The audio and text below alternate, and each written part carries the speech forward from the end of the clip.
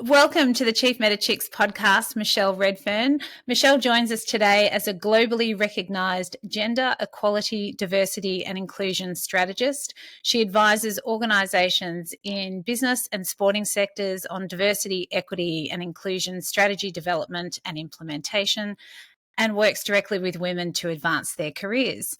Big welcome to Michelle. Thanks, Nikki. Great to be here and lovely to be supporting Chief Meta Chicks as always. Brilliant. Well, we'd love to share your journey with our community and learn a little bit more about your leadership and business ownership journey and the story behind your success. So can you give us a bit of background about what you were doing before you decided to launch your own business and how you landed upon the idea of it? So I was definitely the corporate animal. I'd spent, decades in corporate and was always very, very determined to be the CEO of some kind of company someday. I always thought it was going to be for someone else's company, i.e. a listed company, but as it turned out, that wasn't the case.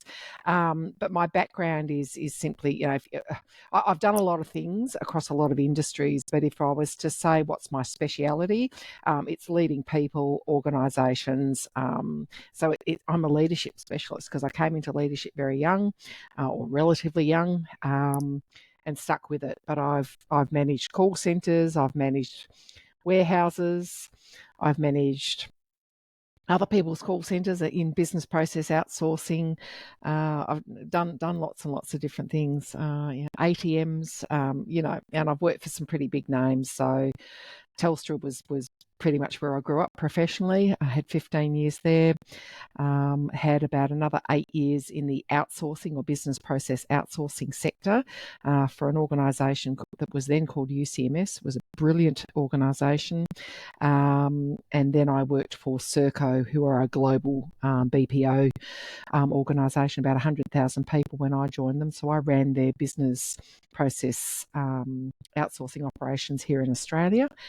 And then I jumped, across to the dark side, back to the dark side. I went back to banking after a long, long time. So I joined the NAB, and that was my last corporate gig. And I had 3 gigs there while I was there, 3.5 years and 3 roles. So I started off running the contact centres, then shifted over to running the ATM and self-services division.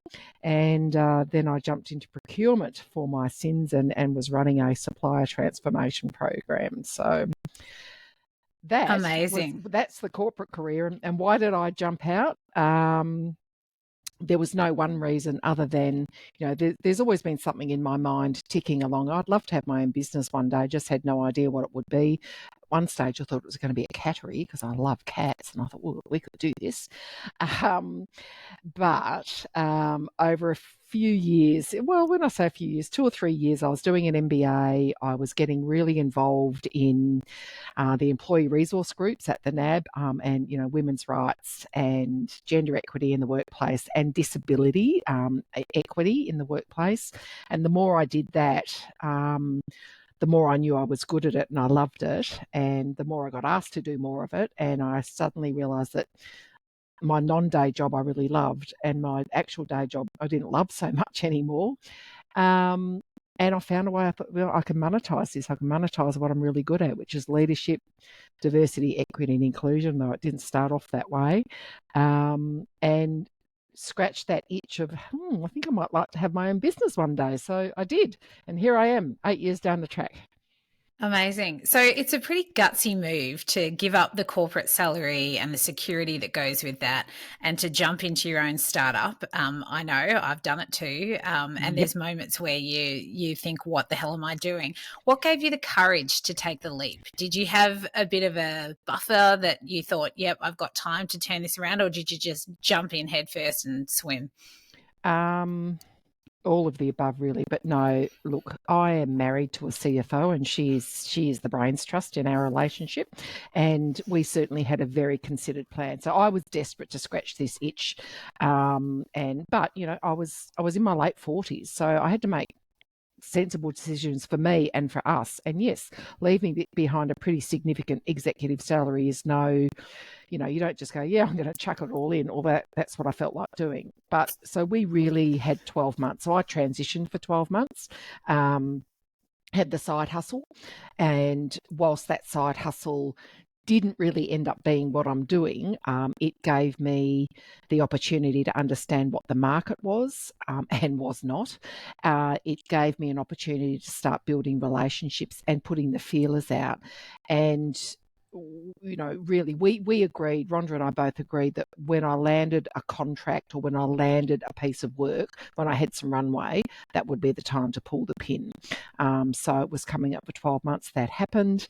So I engineered my way out of the NAB and then went full bore into it. Yes, we had some working capital set aside because, you have to be able to pay yourself. And as I said, we were 50. We just could not make stupid financial decisions at that point, although some people would look back and go, that was a dumb decision because you should have stayed earning your corporate salary. But what price happiness as well, and what price when you really realise what you're meant to do in the world.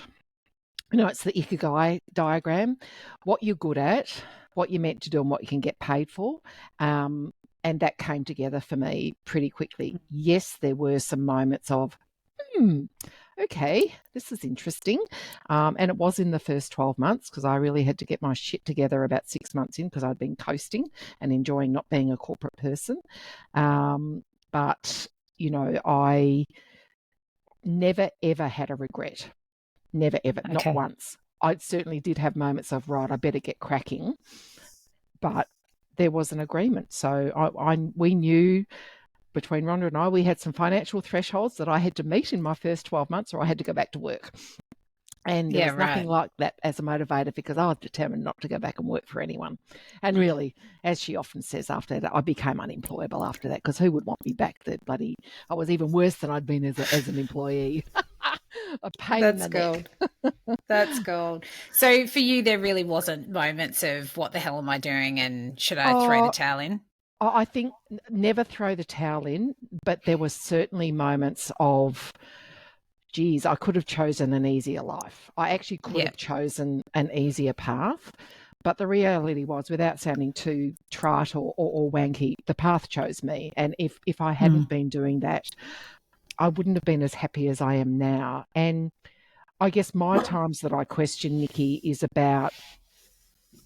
it'll be less about running the business and doing what I'm doing and more about, am I really making a difference in the world? Because I actually do want to make a difference in the world. So it's kind of, it's a little bit loftier than that. But I think as the pandemic hit, I really had a moment of, because I had a really strong pipeline.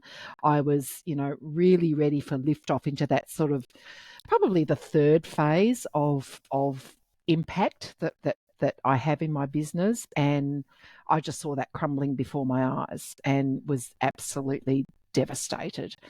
As it turned out, it didn't end up being devastating, but I was just so, like a lot of other people, thought, wow, what am I going to do here? So I did have a really wobbly moment at the start of the pandemic because I thought everything I've been working so hard for is about to go up in smoke, but it didn't. So there you go. Were you able to transition to more sort of online? Because I know a lot of your work now you actually do sort of via Zoom calls and so forth as opposed to face-to-face. So how much in the face of the pandemic has the structure and the way you deliver your programs changed? Well, what was interesting is that I did have a good proportion of work that I could do and was doing virtually. So I had clients and alliances around the world where, it just didn't make sense to fly me around. So, yes, I was doing things at odd times of the night, doing workshops for England or, the UK, beg your pardon, the US. So there was an element of that. But I've got to say, I had two major clients who just embraced switching to virtual, like on the turn of a dime. And amazing. That made a difference. So they were, my clients, the Bega Group, and IAG just went, boom, we're just going full steam ahead. And, they then became almost there wasn't a test case because it was hugely successful, but they became the companies that I could quite openly talk about with other clients who were perhaps less keen or wondering whether they would get the same impact or outcomes from my work without me there in the room. And of course, part of all of this, this is where you just continually learn, you grow, you iterate, and things like that. I started to say to people, you actually don't need me. What my job is to help your organisation build capability and capacity so that you can tell me to bugger off. I don't want to hang around your organisation for 10 years doing stuff. I do, because I always fall in love with my clients, but so it kind of proved that I could help them from a distance and be that guide, an advisor, a mentor, rather than being in and doing the actual work. So, in a funny kind of way, it also helped prove that out. And of course, that model has been proven out in so many different scenarios now. So although there's still that, the usual people calling for everyone to go back to the office, which is, complete bullshit. But anyway. Love it. Love it. Love it. So you sort of touched on some challenging times. Obviously, COVID and the pandemic was a challenge for a lot of organisations, even more so, I think, for small businesses or people that are, doing their own thing, because, when you're in a corporate environment, there's more people to collaborate with, and there's also more people to share challenges with. Where did you go for support when you're going it alone? Well, interestingly enough, I've got, of the people, the women that I work with very, very closely, two of them, of the three of us, two are in the United States and I'm here in Australia. And even I had a VA at the time, and Teresa and I hadn't seen each other in person for about 6 years. So, I was very used to having virtual relationships. So there was that. Plus, of course, I also am married to an amazing woman who's an extraordinary businesswoman. So I've just that support on the home front cannot be underestimated, because if you're going it alone within your relationship as well, that's a tough gig. But I have people in my network that I know I can pick up the phone to, the Zoom or whatever it may be, and say, can I just flesh out an idea with you or have a chat or whatever. But I'll be honest, Susan and I actually decided that we would be that person or those people for our network of women very early on in the pandemic, particularly for executive women, because, you know what it's like, Nikki, the CEO has no peers. Executives. Sure do. Yeah, executives, it's a lonely gig, right? Because you're often in very, very competitive environments, yada, yada, yada, and overlay a global pandemic. So Susan and I, and that's our lead to Soar network, we just said, why don't we just start having coffee mornings, or we actually called it coffee, cocktails and connections, because for part of the world it was coffee time, for part of the world it was cocktail time. So bring whatever drink you want. So we actually just make it an espresso martini and everyone's 100%, winning. 100%, exactly. So so for me that became, yes, I was giving to the community of women that we were building, but also I got a lot from it as well, because there was that, safe space, collegiality, lots of wisdom in the room, lots of different women from different industries and things like that. So I guess I created something that I wanted, which is actually part of what I do. If I can't find what I want, I create it. And then if I figure out someone else is doing it, I join forces with them. So, that's... Yeah.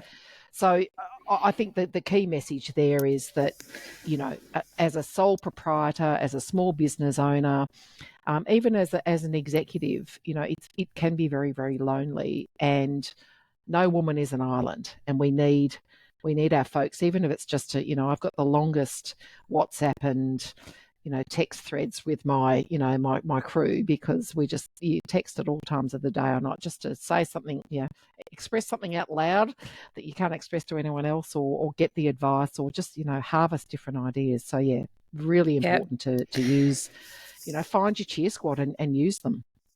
Yeah, and I think, that's part of the whole intent behind Chief Metachicks, is giving female founders and business owners the opportunity to connect with each other and support each other. And it's really hard, And that's what I found as well. Sorry, Nikki, because I was new to business ownership, and throughout my, this last nearly decade, I've joined various groups and been on Facebook groups and all the other things, and I just glean information. And I was initially completely and utterly blown away by the generosity of women. Because the patriarchy lives in all of us, and I had this, I guess, stereotype or trope that everyone's really, it's dog eat dog, cutthroat out in the entrepreneurial world. Well, I found completely the opposite. And I'm quite sure that there are, some bad actors out there or actresses, but I just found when I found those groups of women, the generosity was extraordinary. So for me, generous is one of my guiding words every year, because I think be generous, because so many women were so generous to me and they didn't have Yeah. to be. I was nothing, Yeah. and I just thought that was so for me when you were setting up Chief Medichicks, that's such a big part of why I want to be involved, because it's just I want to give back what people gave to me, what women gave to me. Yeah, it's amazing how much it's attracting the same like-minded women who are driven by purpose and want to see other women succeed. And like Yep. you, I have experienced just the most incredible networking, and everyone I meet or everyone that comes on as a Chief Medichicks leader is introducing me to other incredible Mm, leaders, mm, and it's adding value for our community. And then when we take on a coaching project, I can't help but be invested and want to support them. And yeah. I have different of my mentees contacting me regularly, and Yeah. having those moments of challenge or imposter syndrome or freaking out because their cash flow is not what they kind Mm, of need it to be, and we're in mm. a challenging economic environment. And it's just lovely to be able to be there to play that helicopter role and look from the outside in Oh, and just give them the absolutely. confidence to keep Yep. going. And Well, I and think that's the that's thing. the I power of the mean, network. I've got one mentoring relationship at the moment, or coaching mentoring. In it's more mentoring. I don't really coach, I tell. But anyway, in Chief Medichicks, about to start another one, which I'm hugely excited about. But the first one with. Can I say the name, Yeah, you or can say the the name. first She'll one be with on Catherine? soon. Yeah, with Yeah. Catherine is I teach people this, that mentoring is a two-way relationship, and the as a mentor you get just as much from your mentee as the mentee gets from you, and it's just true. I am got Yeah. so much from her, and I so enjoy the relationship, and I really enjoy extending my network to hers and vice versa and things like that. And as I said, it's really really fulfilling for me to be able to give back in a way. But honestly, it's very strategic as well, because this is good for my brand, Yeah. and it's good, and it reinforces who I am and what I want to be in the world. So, there's a whole lot of win-win-win around this. Yes, I'm very much looking forward to you and I both getting stuck into Support Hacia, Oh because I just yeah, think what a game changer. oh yeah, Empowered women in trades. Look yep, out. yep. I It's going to agree. be I fun. agree. That is going It's to be going a to be lot of so fun. fun. Yeah. Yeah. And I think, even Holly Bailey, one of our other Chief Medichicks leaders, she runs a business in leadership and development coaching, again, around the sporting environment. So Yes. a similar sort of space to you. And in talking to her, she doesn't like letting go of the people that come through her program, because she wants to follow their journey. And it's just Exactly. that purpose and passion that you see when women go into their own business. It's not always about making money. That Mm, comes if the purpose and passion is there. mm. But it is a real differentiator, I think, in what drives women in business. It's very much to make a difference, and yeah, it's an Yeah. exciting place to be. And I'm very overt. Women need to be really smart about money. They cannot be going into making candles, and expecting to be millionaires and feed their family for the rest of their life. And I use candles. I'm sorry to candle makers out there, but it's my standard thing, because there are 1,001 bloody candle makers out there. But candles will not make you wealthy and will not look after you financially, economically for the rest of your life, unless you found some extraordinary niche or gap in the market that you're about to exploit. And if you found that, we'll help you find it and exploit it. But I don't know that it's there. But if you have got a great idea, and if you have got a business and you are purpose driven, what I want to do is make sure that you are going to make money, that you are going to be sustainably successful. And if you're not, we also need to call that and say, hey, let's change something. Because there's enough pressure on women economically throughout their lives. We've got an economic gender gap. We know that women retire poorer than men, and we just must stop that by helping, particularly women who've said, okay, I'm jumping out of corporate, or I'm never going to go into corporate, I'm starting my own business. How how can we bring all of our experience to bear to really help them flourish and sustain economically as well? Because you're right, Yeah. you can love what you do, but you've got to be able to make money. And I want to stop that being a dirty word for women, because it's just rubbish. It can't be. It cannot be. Yeah. Yeah. And I'm really interested in, from your point of view, being a female founder, was that an Mm. advantage or a disadvantage for you? Oh, look, I think in my space, around diversity, equity, and inclusion, and particularly in the women's leadership space, absolutely an advantage, because, and look, and I'm a bit older, as you can probably tell, listeners, I call a spade a spade. So, I think that's why I like you so much. Straight shooter so means straight yeah, shooter. it does. It does. So, and I was very, very clear that I was going to give people what they needed rather than what they wanted, because I'm the expert and I know what they need. Now, there are ways and means of going about that. I think from the business or the corporate sector, I've got cred because I used to be one of them. I've run P&Ls, I've been an executive, yada, yada, yada. Being a woman, I think there's a natural assumption that, well, there's more women in this space than there are men. So, you can kind of look at it, is it a disadvantage or an advantage? I think you can make a case for both. In the sporting sector, which is my other area of expertise and focus, again, I think it can cut both ways. But the simple fact is that I do have I've got a pedigree in sports administration, particularly Australian rules football. That gives me cred. And I think there's still a bit of a novelty factor around women popping up in some of these spaces. So I consider it an advantage. But I can see how people would make a case that it isn't. I don't know. I just think people need to take me as who I am and what the value is I'm going to bring to them in their organisation, rather than my gender. But of course, that's the Pollyanna in me talking, going, remove all the barriers, just look for the value. But anyway, so I don't know. Yeah. That's a non-answer, but I don't know. I think I am my own advantage, quite frankly. I think you are too. And I'm interested to know how much, like, we all have this vision of our business. And when you're starting out a business or on a founder's journey, you've got to be agile and you've got to be able to pivot.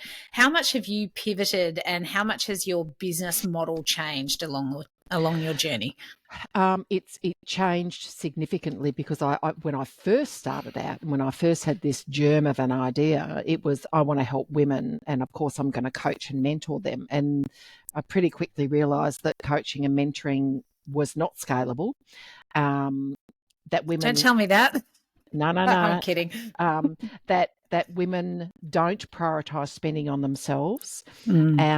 So for a whole range of reasons, no judgment here, women who are listening.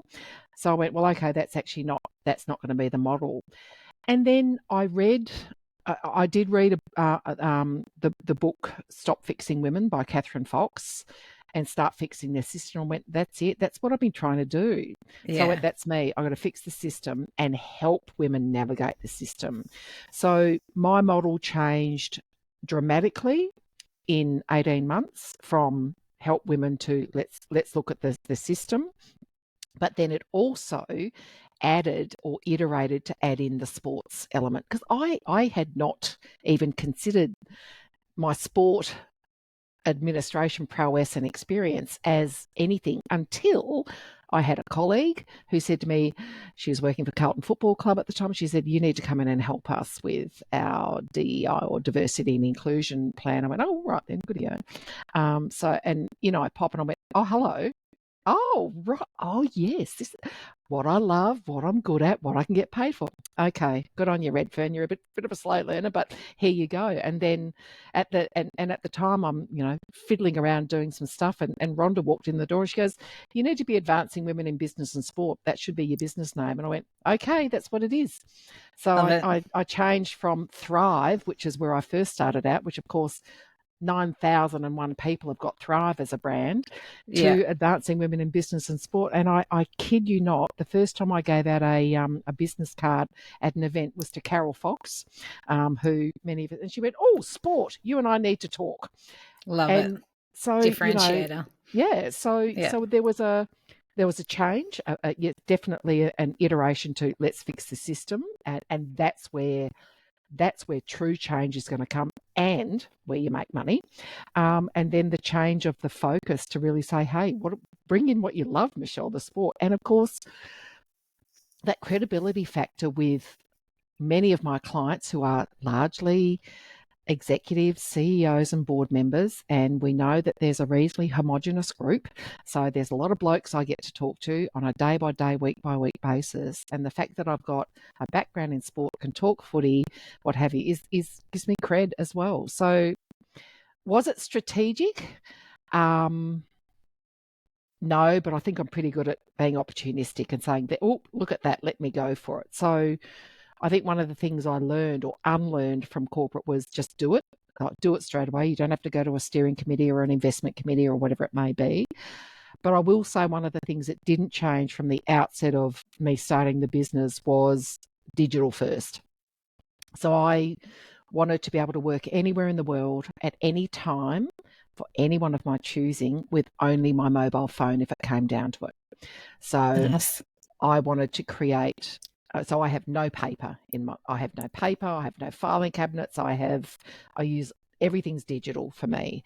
And that has served me well. Well, clearly I'm talking to you in Bali right now, my second home, and this is where I Love work it. from. So, yeah. So that's a really nice segue. You launched your business in Australia and, you're 8 years in and you're now operating globally, be it online or in person, particularly in the US. Can you Yep. give us a bit more of an idea of, how those opportunities presented themselves and how and where you spend your time? Networking. So networking is working. And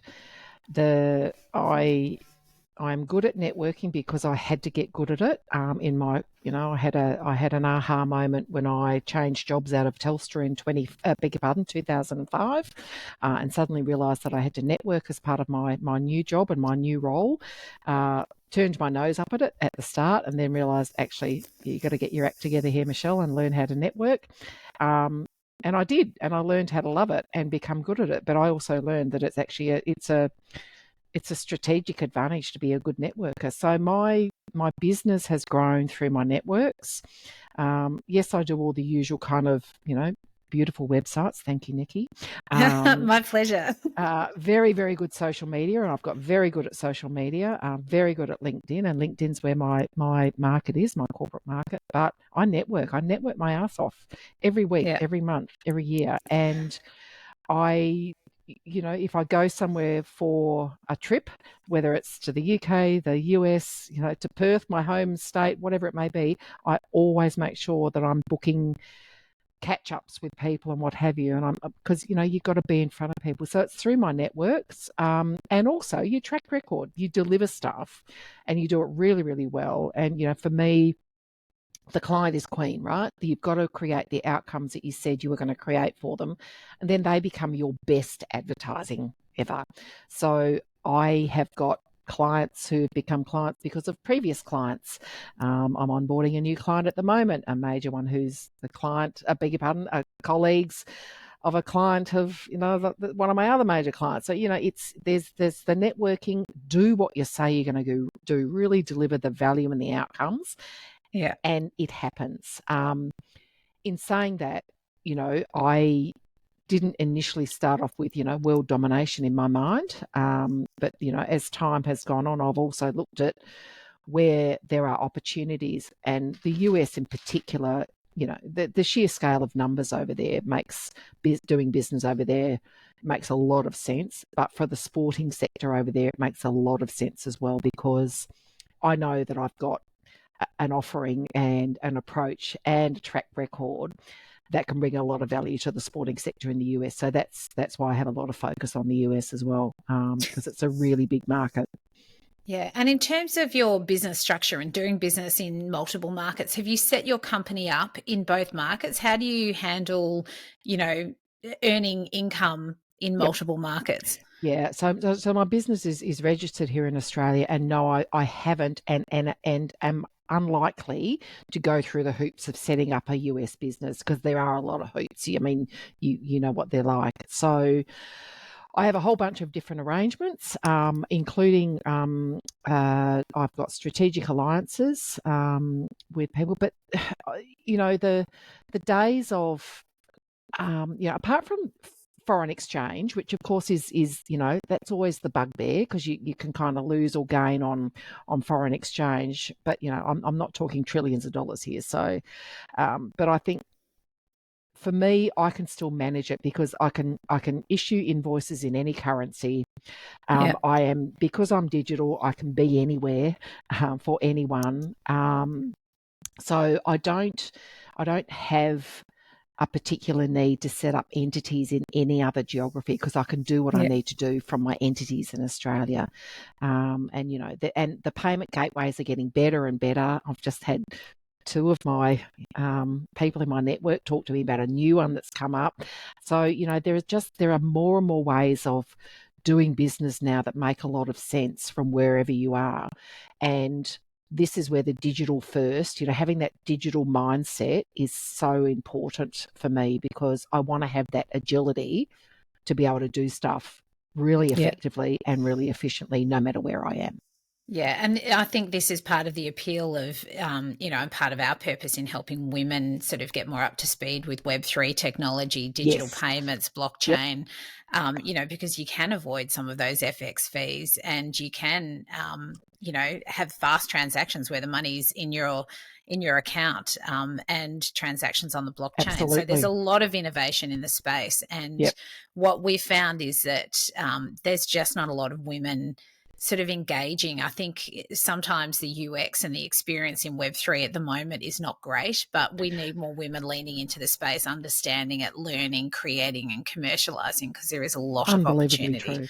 Yeah, and again, Nikki, this is a Chief Metachicks is a learning journey for me, and I have a natural curiosity for technology anyway. So I'm the one, I was that person who would pull apart all of the back end of the TV and plug it all back in. And, so even now my mum and dad go, oh, we've got a new device. Can you plug it in when you come over? I go, yeah, I'll sort it out.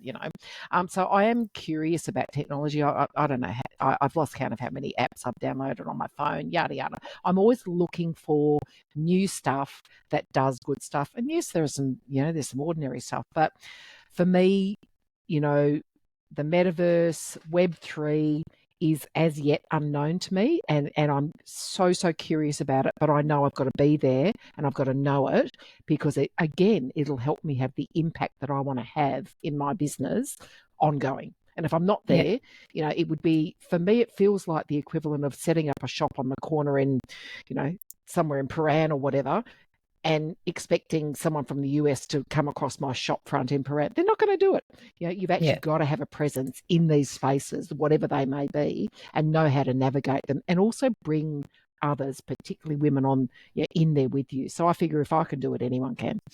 Yeah. And you talked earlier about, you're the master at social media, and it sounds to me like you were self-taught. You didn't come Yep. from a marketing background. And I No. think in a lot of the members that we're coaching, they want support in digital or marketing or social media, and they don't necessarily feel like they have the skills to really own that space and position their business. And as we know, if no one knows about you, you're not doing business. How 100%. did you self-learn? What can you share with our community?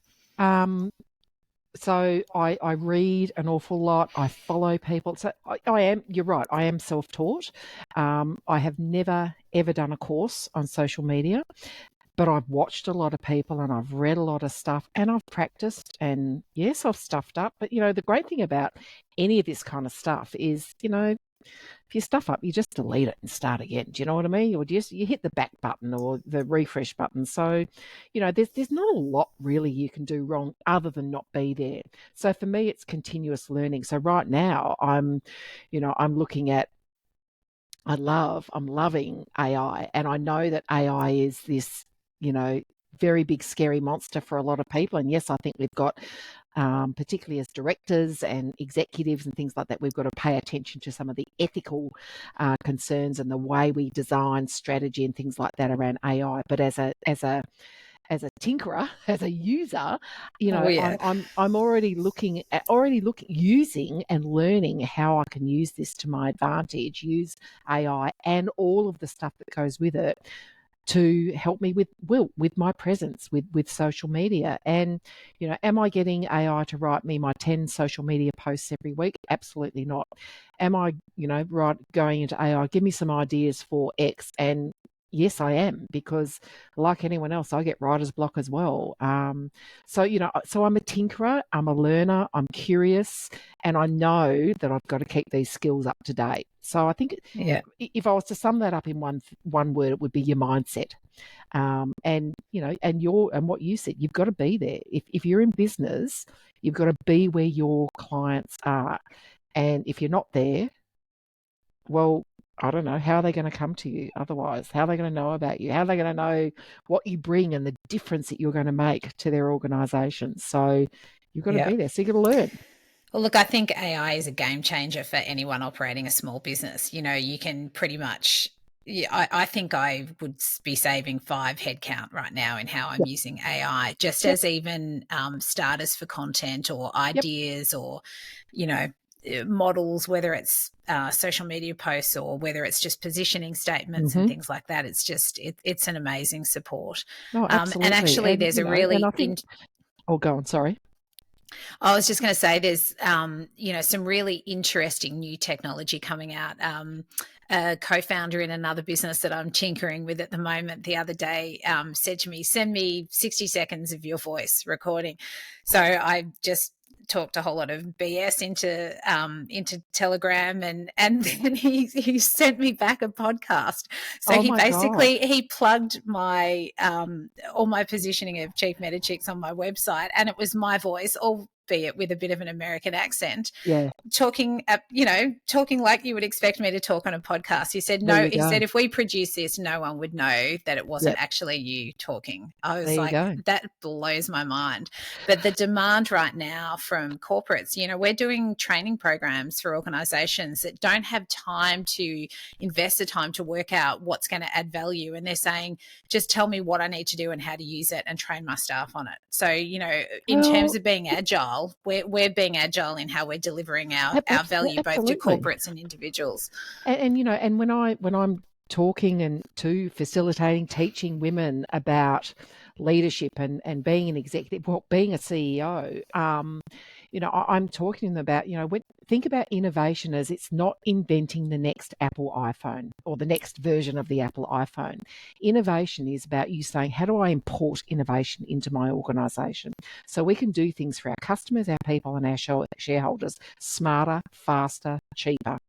Yeah. And that's your job, as a leader, as a business owner, as a CEO, it is your job to do that. So you actually have to be up to date with this stuff, or you're going to get left behind, or, you'll be the next Kodak going, gee, I wonder what happened there. Like, hello.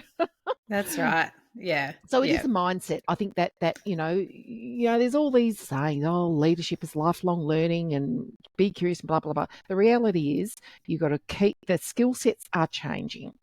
No matter whether you're employed by someone else or employed by yourself, skill sets keep changing. We have to keep evolving and keeping pace with it, and embrace it and be curious about it. I love the fact that I can work the way I'm working now, which I could not have dreamt of 20 years ago. Wouldn't have dreamt of it because it just wasn't there. So, but being able to jump in and embrace it, that's a mindset shift. And no, you're not going to be good at whether it's social media, Web3, the metaverse, whatever it may be. The first time you try it, you're probably going to feel like a bit of a dill, but that's okay because we all did. But just keep It's going how you and learn. keep Yeah, going. you just got to keep Exactly. going. And then Exactly. it's like anything, the first time you try to throw a ball or, hit a ball on a bat, you might miss Yep. it. And it's just practice and practice and perfection. And the more you do it, the more Absolutely. familiar you get. Yep. Yes, definitely agree with that one. Question for you, and I think obviously I know the answer to this, but if you knew what you do now, would you do it all again? Yep.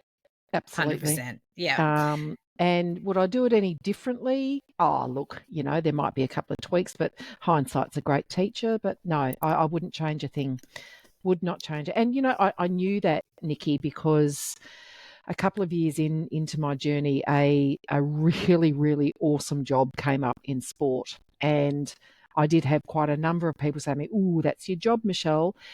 And I just went, Oh, my heart sunk. Actually, my stomach clenched at the thought of going to work for someone else. I went, that's it. That's the sign that I've done the right thing. Because that job, I would have cut off my left arm for, 3 years before previously? that. Yeah, yeah. Yeah, And I went, amazing. that's how I knew. So no, I would not change a thing.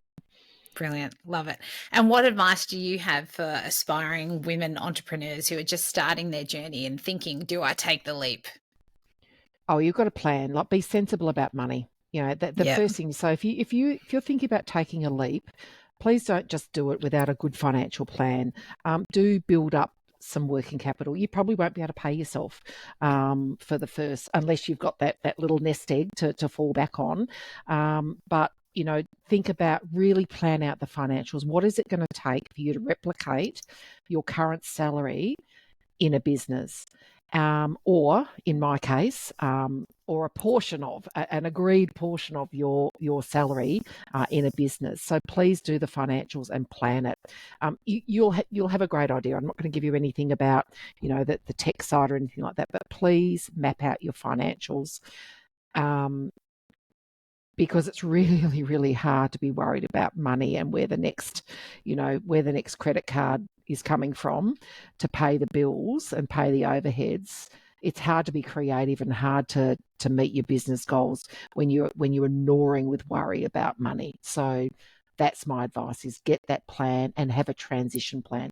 And it might be that you have a side hustle first.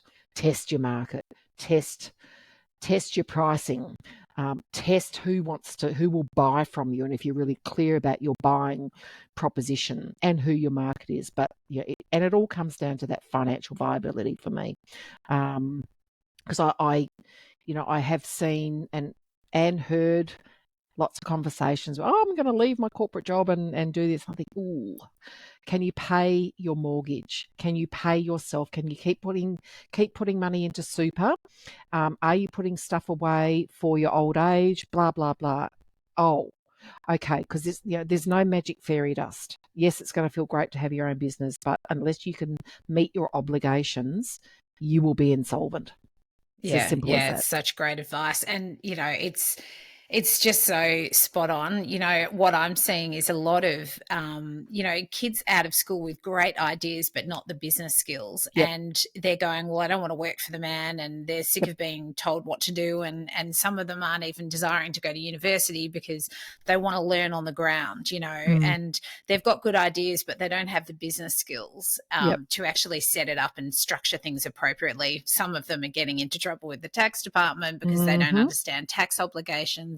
And and then you see some of the things that we've witnessed in Web3 where there's no corporate governance whatsoever, and there's some very shady behavior going on, and Yeah. as a result now there's a whole lot of lawsuits and people going to land in jail. So it's a really interesting space. But I think the question that I ask our members is, how much do you need?